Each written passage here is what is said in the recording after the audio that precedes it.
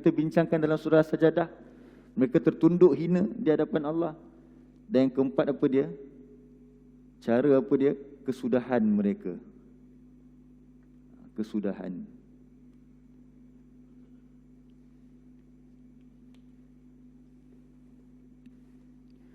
Jadi kita buka balik surah As-Sajadah, surah 32 tadi. Tengok apa kesudahan bagi orang yang beriman. Buka balik muka surah 416.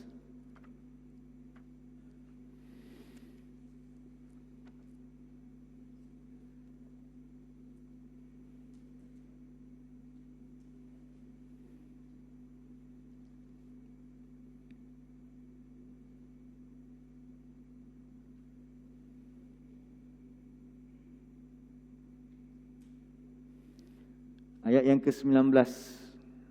Surah 32 ayat yang ke-19. Apa yang Allah sediakan bagi orang-orang yang beriman? Ammal ladzina amanu wa amilus solihat falahum jannatul ma'wa nuzulan. Adapun orang-orang yang beriman. Siapa orang beriman tadi? Yang tiga ni. Bila kita kata beriman dan beramal soleh, tiga ni. Apa dia? Pertama, dia beriman iaitu menerima Al-Quran. Belajar Al-Quran dahulu dalam hidupnya. Supaya apa? Supaya mereka boleh betul cara berfikirnya. Terpotong kat sini pula. Supaya boleh betul cara berfikir kita dan memandu kita untuk beramal. Iaitu berjihad. Jadi jihad ni, perkataan jihad ni benda yang, apa kita faham dengan maksud jihad? Jihad tu maksudnya sungguh-sungguh. Jadi nak masuk syurga ni, dia bukan kerja part time. Kita kena pegang tu. Nak masuk syurga ni bukan kerja part time. Kerja dia sungguh-sungguh. Macam pagi ni kita sama-sama macam berbincang, mesyuarat. Oh, Quran suruh sekian. Nanti kita balik rumah, bekerja. Maksud bekerja tu apa dia? Ajak manusia untuk kenal Tuhan dia. Ajak manusia untuk apa dia? Infak fi sabilillah. Ajak manusia untuk apa dia? Bantu orang-orang susah. Ajak manusia apa? Memakmurkan bumi ini. Baru betul cara berfikir dia. Kalau kita boleh bina bangunan besar-besar, teknologi kita hebat-hebat, tetapi tak ada cara berfikir, macam mana jadi? Sama tak macam orang musyrik? Orang musyrik buat tak kerja, tapi mereka berpandukan apa? Tidak ada panduan. Sama tak? Tak sama dah. Jadi sekarang kita nak bina kita punya negara ke, nak bina kita punya kawasan ini, mesti bermula dengan apa dulu? Al-Quran. Itu pendidikan asas. Pendidikan awal kita kata. Baru boleh memulakan, boleh mencorakkan fikiran dan bekerja. Itulah yang Nabi buat dulu.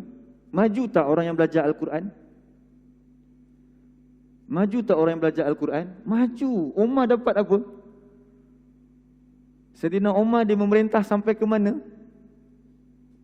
Rom dan Parsi. Hebat tak? Dengan ilmu apa mereka bawa? Mereka dibimbing Al-Quran. Benda yang sama orang musyrik pun buat juga. Berniaga, orang Islam pun berniaga. Tapi apa beza dia? La yastaun. Tak sama. Apa yang tak sama? Prinsip tak sama. Pegangan tak sama. Panduan tak sama. Jadi memadai ke kalau kita kata dalam IC kita Muslim tapi Al-Quran pun kita tak mau pedulikan? Jadi kalau kita buat begitu, namanya jihad, iaitu apa dia? Bukan jihad tu ajak perang kat Palestin ke apa. Jihad tu dengan maksud sungguh-sungguh. Bukan part time. Jadi Allah kata apa dia? Allah nak sediakan bagi orang-orang yang beriman dan beramal soleh itu syurga al-ma'wa. Ma'wa tu apa dia? Tempat berlindung. Syurga yang al-ma'wa. Tempat perlindungan mereka adalah syurga. Nuzulan. Nuzulan ni apa dia nuzulan? Dia terjemah apa nuzulan? Nuzulan ni tempat tetamu-tetamu dimuliakan. Itu maksud dia. Nuzulan itu tempat tetamu-tetamu datang. Macam kalau hari ni kita kata hotel-hotel mewah ke, itu nuzulan lah. Macam mana masuk hotel? Ada tak orang kata hotel ni macam rumah kita lah? Ke rumah orang ni macam hotel? Selalu kita kata macam mana? Bila kita tengok satu yang cantik, kita pergi hotel, jarang kita kata, ush, Hotel ni cantik macam rumah kita. Tapi kalau mak kita buat rumah cantik-cantik, kita kata apa dia? Ush, rumah ni cantik macam hotel, kita kata kan. Sebab apa? Sebab hotel tu tempat tetamu, mesti buat cantik-cantik. Jadi syurga tu Allah kata nuzulan, yang tetamu nak datang tempat dia beristirahat dalam dia. Yang dalam tu ada pelamin-pelamin yang disediakan bagi mereka untuk santai. Mereka berteleku. Dulu kita tadabbur dah dalam surah Al-Fatihah. Ingat lagi tak? Allah sediakan mereka katil-katil yang tinggi yang bertatahkan emas dan permata, disulam dengan permata. Mereka berhadap-hadapan dengan pasangan-pasangan mereka. Sebab apa? Santai lah istilah hari ni. Kenapa kena santai waktu tu? Sebab dia dah bersungguh-sungguh dekat dunia dulu. Kalau kat dunia dulu kita part time, na'udzubillah, takut tak dapat nak santai kat sana. Jadi kat dunia ni kena sungguh-sungguh bekerja, belajar, faham, berkorban. Nanti kat sana macam ni je semua kan. Berteleku, muttaqiin, saling berhadap-hadapan. Dekat dunia macam mana kita letak tangan kita? Macam mana? Datuk ingat Datuk kelas dulu kita belajar. Macam ni kan kita kalau kat dunia. Tak apa kat dunia kita letak atas dahi kita tangan. Sebab dekat syurga nanti kita nak letak macam ni. Kita baring sambil makan, dilayan oleh tetamu, bukan tetamu, dilayan oleh pelayan-pelayan yang muda. Dikelilingi oleh bidadari-bidadari yang dicipta khas untuk ahli syurga. Bukan bekas orang. Bukan yang telah digunakan, dicipta khas. Bukan seorang, lebih. Kemudian dengan keindahan-keindahan yang dia dapat, penuh kenikmatan, nuzulan, dilayan macam tetamu yang mulia. Diberikan hidangan-hidangan yang bagaimana? Apa saja yang dia kehendaki. Tapi semua tu mereka dapat kerana apa? Tu tengok ujung tu Allah kata apa? Bima kanu ya'malun. Kena bekerja. Ya'malun maksudnya apa? Amal. Amal tu amal apa? Apa amal? Amal tu terjemahan dia kerja. Amal. Ya'malun, kerja. Kita pernah cerita dulu. Kadang kita bila tentang soal agama je, kita ada bias. Kalau kita pergi mengaji kan, kita pernah contoh, minggu lepas ke 2 minggu lepas. Anak saya mengaji dekat anak saya mengaji dekat Amerika sekarang. Dekat dekat sana.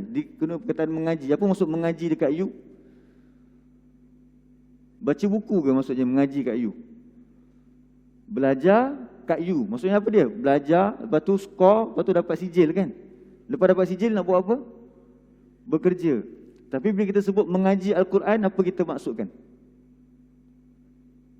Bila kita sebut mengaji Quran, apa dalam kepala kita mengaji Quran? Baca je, adil tak macam tu? Lepas tu bila kita kata amalkan Quran macam mana? Kalau amalkan ilmu dipelajari masuk bekerja. Bila amalkan Quran macam mana? Ustaz, ada tak ayat-ayat yang saya boleh amalkan? Saya nak baca kat telinga suami saya lah. Waktu dia tidur, Ustaz pun kata, waktu dia tidur nanti baca sekian-sekian, tiup kat telinga dia. Waktu dia bangun pun tak dengar, waktu dia tidur. Macam mana dia nak berubah manusia tu? Al-Quran disampingkan begitu je. Sedangkan sifat orang beriman, tadi kita baca surah 49 ni, jangan mendahului Allah dan Rasulnya. Quran dulu. Kalaulah ilmu yang kita belajar dunia ni, kita sungguh-sungguh belajar, kenapa Quran tidak? Maksudnya kita telah mendahulukan siapa? Selain daripada Allah. Jadi itu maksud dia. Kena bersungguh-sungguh bima kanu ya'malun. Baru kamu akan dapat hidangan-hidangan yang disediakan. Itu kita kena buat perubahan. Kita dengan kadar upaya masing-masing, kita cuba belajar dan bekerja. Yang muda-muda kita latih mereka. Gemburkan semangat mereka untuk apa dia? Dekat kepada Al-Quran. Kalau Allah tanya kepada kita, apa usaha yang kita buat untuk anak-anak kita, cucu-cucu kita, untuk mereka dekat kepada Al-Quran? Sudahkah kita menyediakan jawapannya? Sudah ya Allah. Aku sendiri pertama sekali, aku sendiri belajar dulu. Kan Allah kata, ya ayyuhallazina amanu qu anfusakum wa ahlikum nara. Wahai orang beriman, jaga diri kamu dulu, kemudian ahli keluarga kamu. Bila Allah tanya kita apa yang kita buat untuk keluarga kamu, pertama aku belajar Al-Quran. Kemudian apa aku buat? Aku ajarkan kepada keluargaku Quran. Kedua, aku beramal dengan Al-Quran ini, aku beriman dengan Quran ini. Aku suruh keluargaku untuk beriman kepada Al-Quran. Aku bekerja untuk Quran ini. Aku juga suruh anak-anakku juga bekerja untuk Al-Quran. Semua itulah yang akan menjadi habuan kita di akhirat nanti. Tengok surah 52. anak-anak dan apa yang kita belanjakan semua tu akan menjadi tebusan untuk kita di akhirat nanti, sebagai cagaran untuk dapatkan syurga. Surah 52 ayat 21. Surah 52 ayat 21. Muka surat 524. Muka surat 524.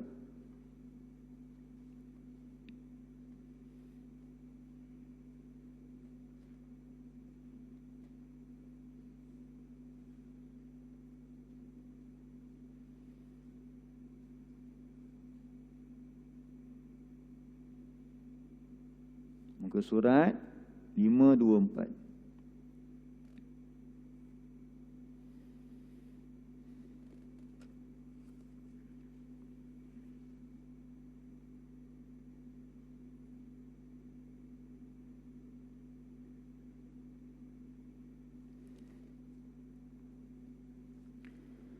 Apa Allah sebut dalam ayat ni? Walladzina amanu wattaba'athum zurriyyatuhum biimanin. Apa maksud dia? Orang-orang yang beriman. Semua poin dia beriman. Apa maksud beriman tadi? Ikut Al-Quran kan? Belajar Al-Quran ini. Lepas tu apa dia cukup ke sekadar dia kata dia beriman dengan Al-Quran? Bukti apa dia bukti? Berubah cara berfikir dia. Nak cari akhirat, di dalam kepala dia fikir apa nak cari akhirat. Kemudian dia buat apa bila nak cari akhirat? Dia part time ke sungguh-sungguh? Sungguh-sungguh. Berjihad tu maksudnya sungguh-sungguh pada jalan Allah dengan harta dan jiwa raga dia. Pertama sekali kita nak korbankan apa dia? Masa kita dulu. Nak mengaji ke, nak memahami, masa dulu kita berikan. Kemudian harta dan jiwa raga kita akan menyusul insya-Allah. Jadi ayat ini Allah kata, orang-orang yang beriman dan zuriat mereka yang ikut mereka. Ikut apa? Iman. Jadi kita belajar dulu kan? Nampak tak ayat ni? Kita belajar dulu kan? Lepas tu kita buat apa? Ajarkan kepada keluarga kita tentang iman. Apa maksud iman? Yang kita senaraikan hari ini. Quran ini. Bukan sekadar kata Allah tu wujud tak? Wujud, kita kata. Orang musyrik percaya tak Allah tu wujud? Dia percaya juga. Tapi apa bezanya? Mereka tak ada pegangan. Tak ada panduan Al-Quran ini. Tak ada cara bekerja macam mana. Betul Allah kata, Alhaqna bihim zurriyatahum. Allah temukan mereka dengan zuriat mereka. Itulah habuan kita nanti. Kerja yang kita kena buat tu jaga keluarga kita masing-masing. Itu yang paling utama sekali. Kemudian Allah kata, wama alatnahum min amalihim min syai'. Dan tidak kami sia-siakan, kami kurangkan daripada amalan mereka sedikit pun. Jadi Allah angkat darjat keluarga mereka kerana apa dia? Iman. Dan Allah kata kemudian, kullum ri'im bima kasaba rohin. Tiap-tiap orang itu terhadap apa yang ia usahakan rohin. Rohin tu apa dia? Dia terjemah apa rohin? Terikat. Rohin tu ar-rahnu. Ar-rahnu. Apa ar-rahnu dalam bahasa kita? Cagaran tu. Rohin tu ialah cagaran. Anak-anak kita, usaha kita tu, kita nak cagar apa? Syurga, nak dapatkan syurga. Kita cagar dengan apa dia? Amal dan anak-anak kita. Itulah usaha yang kita kena buat sungguh-sungguh.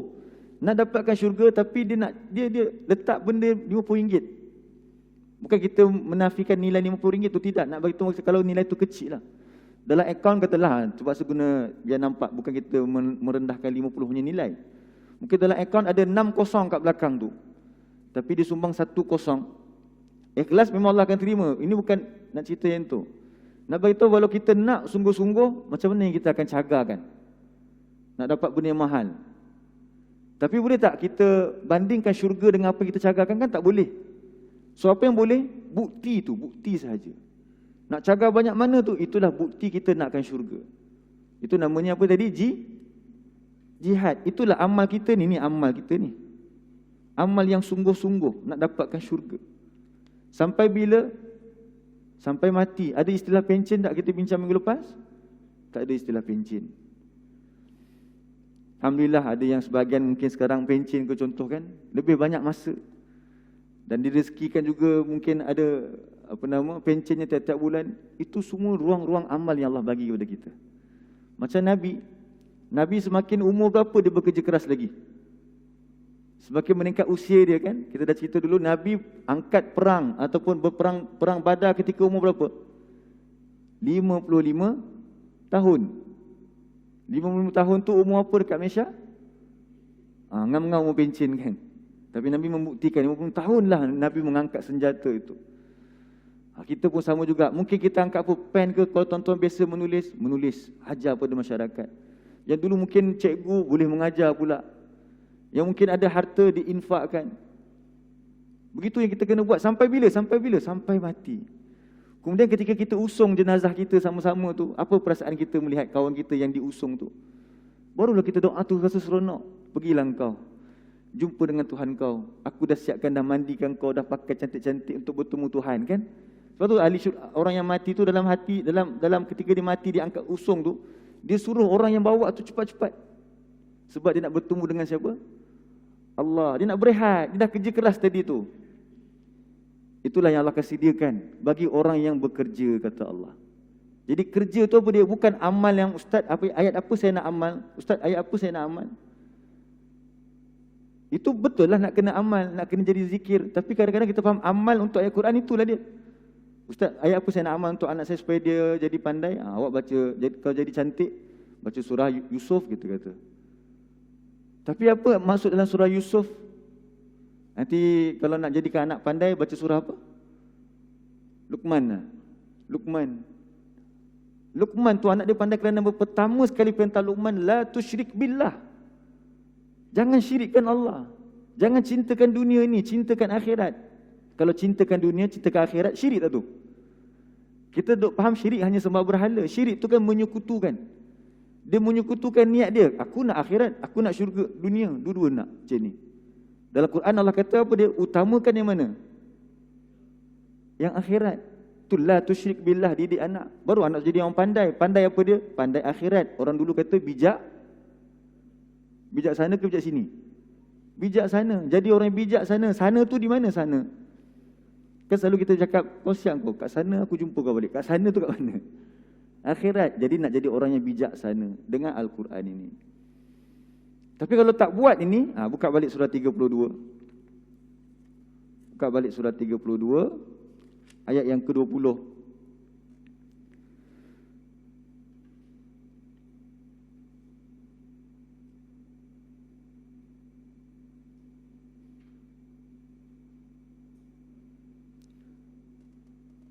Satu lagi apa dia? Wa ammal ladzina fasaku. Dan adapun orang-orang yang fasaku, telah fasik oleh mereka. Apa maksud fasik? Fasik di situ maksudnya keluar ketaatan. Fasik ini maksudnya apa dia? Keluar khuruj, keluar daripada ketaatan. Kalau kita tak nak buat tadi tu yang kita cerita sama-sama tu, Allah kata apa dia? Na'udzubillahi min zalik, fama'wahumun nar. Maka tempat berlindung bagi mereka apa dia? Neraka. Neraka ni dihidangkan apa pula? Tadi syurga dihidangkan dengan segala macam kenikmatan sebagai seorang tetamu yang mulia. Tapi dalam neraka ini pertama sekali disambut oleh penjaga-penjaga yang bengis-bengis. Yang diherdik mereka ketika mereka masuk dalam neraka, mereka ditanya oleh malaikat-malaikat, dulu tak ada orang bagi peringatan kepada kamu ke sampai kamu masuk neraka ini? Allahu Akbar. Mereka kata apa dia? Ada. Dan kita tadabbur surah Al-Baqarah dulu. Bukan, surah apa? Al-Mulk. Kan bila digiring mereka dalam neraka, malaikat tanya, tak datang ke kepada kamu pemberi peringatan? Mereka kata apa? Qalu bala qad ja'ana nadhirum. Datang kepada kami apa dia? Nazir, pemberi peringatan. Tapi kami buat apa? Kami buat tak tahu je. Itulah dia, mereka ni orang yang fasik dengan peringatan tapi tak mau terima. Walaupun ayat ini cerita fasik sini maksudnya orang yang musyrik Mekah tu. Kita nak ambil ibrah. Kita nak ambil pengajaran. Kalau masih lagi kata fasik ni Abu Jahal je, memang kita tak nampak apa-apa lah ayat ni untuk diri kita. Jadi kalau kita dah dengar Quran tapi tidak mau bekerja, itulah yang berlaku pada zaman Nabi dulu. Bila Nabi baca ayat Quran kepada mereka, mereka buat tak tahu. Apa nak buat dengan Quran? Tak nampak lah. Tapi kalau urusan dunia kan kita pandai nak upgrade. Jadi Allah kata tempat tinggal mereka adalah neraka. Na'udzubillah. Dalam neraka diberikan mereka makan dan minum daripada apa? Kalau makanannya apa? Pohon berduri yang beracun, zakum, dorek. Dorek itu kalau dekat dunia tu, kalau kat padang pasir tu, tumbuhan yang berduri yang kering tu beracun. Unta tak makan. Kalau unta makan sakit, tapi diberi makan kepada manusia, hina lagi daripada unta. Itu makanannya. Kemudian diberikan apa lagi minumannya? Daripada air apa? Air nanah. Yang mereka teguk air tersebut kerana kepanasan dan dahaga. Na'udzubillah. Itu surah Ibrahim Allah cerita kepada kita dulu. Dan air panas. Yang mereka nak minum air panas tu melecur ke terbakar? Terbakar muka dia. Kalau kita minum teh tarik panas, gelojor kan, itu melecur lidah. Tapi ini apa? Terbakar wajahnya. Bila mereka minum, masak terus tubuh badan mereka. Itu minuman bagi mereka. Kemudian mereka cuba lari. Tengok Allah kata apa dia? Kullama aradu an yakhruju minha. Setiap kali mereka ingin untuk keluar daripadanya, iaitu nak cuba lari daripada neraka. Pertama takkan boleh lari sebab apa? Api telah mengepung mereka. Kata Allah di sini, uidu fiha. Mereka kata apa? Maka mereka dikembalikan di dalamnya. Malaikat heret balik dengan rantai yang 70 hasta tu, diheret balik ke dalam neraka. Wakila lahum, dan diherdik mereka. Zuqu azaban nar. Rasakanlah azab neraka ini, allati kuntum bihi tukadzibun. Tukadzibun tu, yang dulunya kamu tukadzibun, kamu mendustakannya. Kamu dengar tapi kamu tak nak percaya. Itu maksud mendustakannya, tak mau beriman kepadanya. Cerita tentang syurga tapi usahanya itu tidak mau bersungguh-sungguh. Ini bukan kita cakap sesiapa, diri kita sendiri sedang bercakap ini pun untuk diri kita. Muhasabah, apa yang aku telah buat untuk agama aku. Maukah kita mati dalam keadaan orang kata apa dia? Hidup ada tidak bertambah, tak ada tak berkurang. Kepada siapa? Kepada agama dan bangsa dia ini. Jangan jadi seperti apa dia? Melukut di tepi gantang. Ada tak bertambah, tak ada tak berkurang. Itu Haji Anim. Umur pencin lah.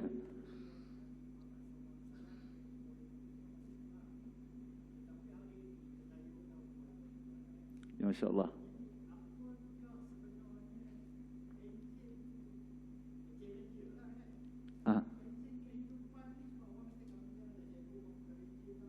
Oh.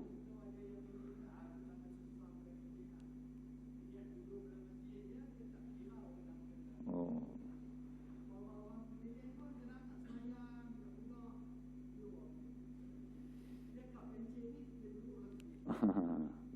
Tuan Haji, kita tanya, adakah pencen tu kita duduk dalam masjid?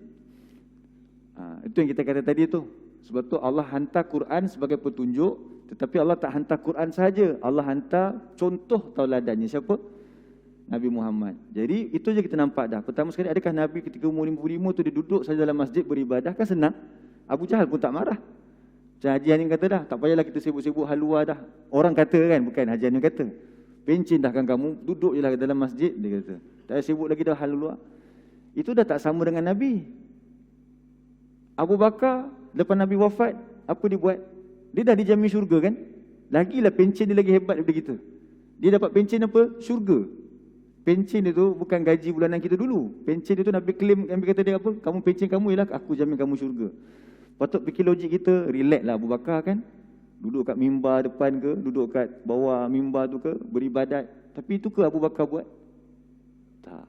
Dia memerangi apa dia? Orang yang tidak bayar zakat tu. Maksudnya apa? Dia mementeras kedahakaan atau maksiat kepada Allah. Jadi istilah pencen, yang kita kata pencen kerja tu tak apalah, itu pentadbiran. Memang pun itu urusannya bagi orang lain pula berkhidmat. Tapi untuk urusan agama tu tidak begitu. Orang yang beriman sifat dia kena ada ithar. Ini kata kunci dia. Ithar tu apa dia? Dia mementingkan orang lain. Tengok surah 59. Surah 59 ayat ke-9. Jadi apa yang kita ada tu, kita kena fikir orang lain.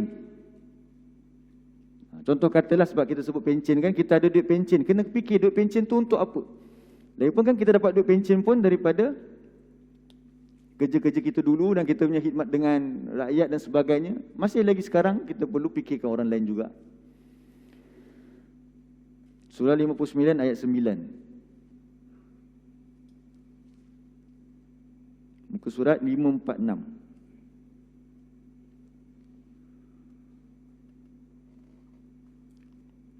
Bawah sekali. Walladzina tabawwa'ud dara wal iman min qablihim. Apa maksud dia? Dan orang-orang yang menempati atau yang menyediakan negeri Madinah, dan mereka beriman sebelum kedatangan orang-orang berhijrah. Kita boleh buat macam analogi lah ataupun kias. Maksudnya siapa orang yang selesa? Orang muhajirin ke ataupun orang ansar? Orang ansar kan dia ada rumah. Orang muhajirin siapa? Baru nak berhijrah, tak ada apa-apa. Betul kan? Jadi kalau kita kiaskan dalam hidup kita ni, kalau orang pencen ni insya-Allah lah dia lebih selesa sikit daripada orang yang baru bekerja. Dia dah stabil ekonomi dia, betul kan? Lebih kurang begitulah kita kata umumnya. Jadi apa nak buat? Kena sediakan tempat untuk orang berhijrah. Macam tadi tu Haji kita kata, patut tak kalau orang pencen tu dia duduk je dalam masjid, tak payah fikir orang lain dah? Tak boleh lah. Sebab sekarang dia dah selesa, masa dia banyak. Mungkin rezeki pun masih ada lagi sebab duit pencennya. Jadi apa dia boleh buat? Sediakan ruang untuk orang yang nak berhijrah. Orang yang kekurangan. Kekurangan apa pertama? Ilmu. Kita sediakan ruang untuk belajar. Kalau kita pun tak peduli, yang susah tu macam mana nak buat? Kalau orang ansar tak peduli, orang muhajirin, apa jadi pada orang muhajirin? Macam mana mereka nak menolong agama Nabi ni? Sebab ada orang tolong lah, mereka boleh tolong juga agama Nabi ni bersama dengan Nabi mereka sallallahu alaihi wasallam. Jadi bukan kita duduk sahaja, tak. Ada urusan yang kita kena buat. Itu kena pakat-pakat berbincang. Kita ada pemimpin, kita ada pengurusi, itu macam-macam perkara kita boleh buat. Yang dah ada ni kita tambahkan lagi. Mereka mencintai yuhibbuna man hajara ilaihim. Mereka